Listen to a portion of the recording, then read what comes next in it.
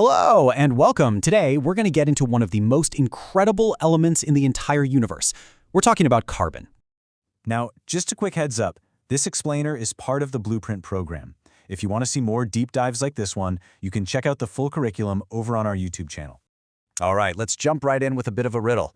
What on earth could a priceless, flawless diamond possibly have in common with the simple graphite in a pencil? I mean, they seem like total opposites, right? One is brilliantly clear and the hardest natural substance known. The other is dark, opaque, and soft enough to leave a mark on paper. The answer? Well, it's everything. They are both made of 100% pure carbon. So how is that even possible? It all comes down to the blueprint. You've got to think of carbon atoms as identical building blocks, like Lego bricks. The final thing you build, whether it's a fortress or a skyscraper, depends entirely on the architectural plan you use to snap them together. And there's a fantastic scientific word for this, allotrope. It sounds complicated, but all it means is different physical forms of the exact same element. The only thing that changes is how the atoms are arranged, the blueprint itself. And carbon's true architectural superpower? It all boils down to this one simple number: 4. Every single carbon atom has 4 connection points.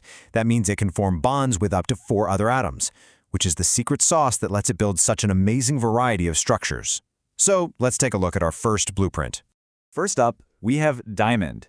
This is a structure that's forged under just immense heat and crushing pressure deep inside the Earth. And it's not just a structure, it's basically a 3-dimensional fortress at the atomic level. So here's what's so cool. In a diamond, every single carbon atom uses all 4 of its connection points to grab onto 4 neighbors. This creates an incredibly strong and rigid 3D grid. Because every atom is locked so tightly in place, there's just no wiggle room. The result? You get the hardest natural material on the planet. And since every electron is busy holding the structure together, there are none free to roam around. That's what makes diamond a perfect electrical insulator and also lets light pass right through, making it transparent.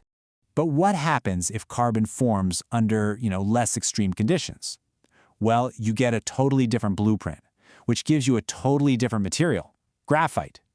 So forget the 3D fortress. Think more like a slippery stack of paper. The big architectural shift is this. Instead of a 3D grid, carbon atoms in graphite arrange themselves into flat 2D sheets of hexagons, kind of like chicken wire. And here is the absolute key. Each atom only uses 3 of its 4 connection points to make the sheet. Now these sheets themselves are super strong, but they're just stacked on top of each other with really weak connections between them. That's why graphite is so soft and slippery. When you write with a pencil, you're literally just sliding these layers off onto the paper. Oh, and that 4th electron that wasn't being used? It's free to wander around the sheet, which is exactly why graphite can conduct electricity. And putting them side by side just makes it crystal clear. Same building block, wildly different results. You've got diamond with its rigid 3D grid and locked electrons, making a hard insulator. And then you've got graphite with its stacked 2D layers and a free-roaming electron, making a soft conductor. It really is all about the blueprint. Hey, just a quick pause here. If you're finding this look at atomic architecture interesting, please take a second to like this explainer and subscribe to the channel. It honestly helps us out a ton. Okay, so this is where the story takes a really fascinating turn. We know graphite is just a stack of these 2D sheets. But what if you could somehow isolate just one of them? What if you could peel off a single perfect sheet of that hexagonal grid? Well, in 2004, scientists did exactly that. And get this, they used simple sticky tape. In doing so, they revealed the fundamental blueprint that was hiding inside graphite the whole time. They isolated graphene. So, how thick is this amazing new sheet? It is just one single atom thick. Let that sink in for a second. It's not just microscopic, it's literally on the atomic scale. It is the thinnest material humanity has ever discovered. But don't let that thinness fool you into thinking it's fragile.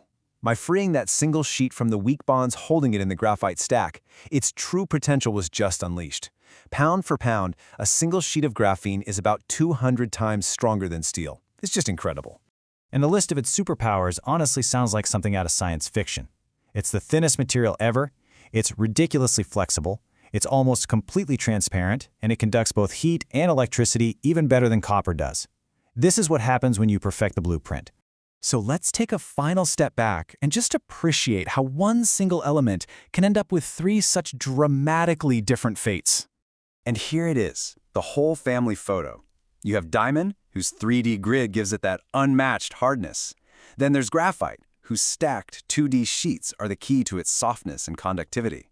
And finally, graphene, that revolutionary single 2D sheet defined by its unbelievable strength and thinness.